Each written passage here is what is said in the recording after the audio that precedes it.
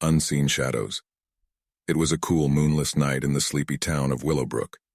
Emily lay in her bed, blissfully unaware of the impending danger that loomed over her.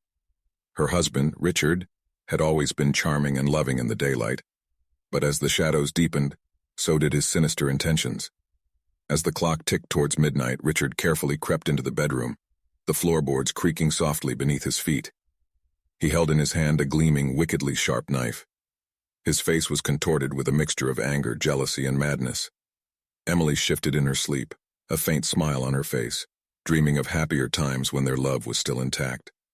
Little did she know that those days were long gone, buried beneath the weight of Richard's growing obsession. Emily had noticed the changes in her husband over the past few months. He had become increasingly possessive, monitoring her every move and often accusing her of infidelity. His paranoia had driven a wedge between them, and Emily couldn't comprehend the depths of his obsession. Tonight, as Emily lay asleep, Richard stood at the foot of their bed, watching her intently. He couldn't bear the thought of losing her, even though his delusions were driving her away. As the clock struck midnight, Richard made his move. He approached the bed with silent determination, the blade of the knife glinting menacingly in the dimly lit room. His heart raced and he trembled with a mix of fear and anticipation. Just as he raised the knife above Emily, she stirred in her sleep, her eyes fluttering open. In the dim light, she saw the silhouette of her husband, the knife poised to strike.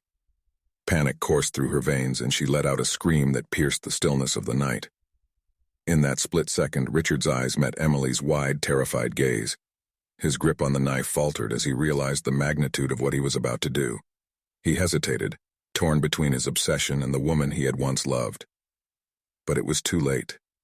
Emily's scream had awakened the neighbors, and the sound of approaching footsteps echoed in the hallway.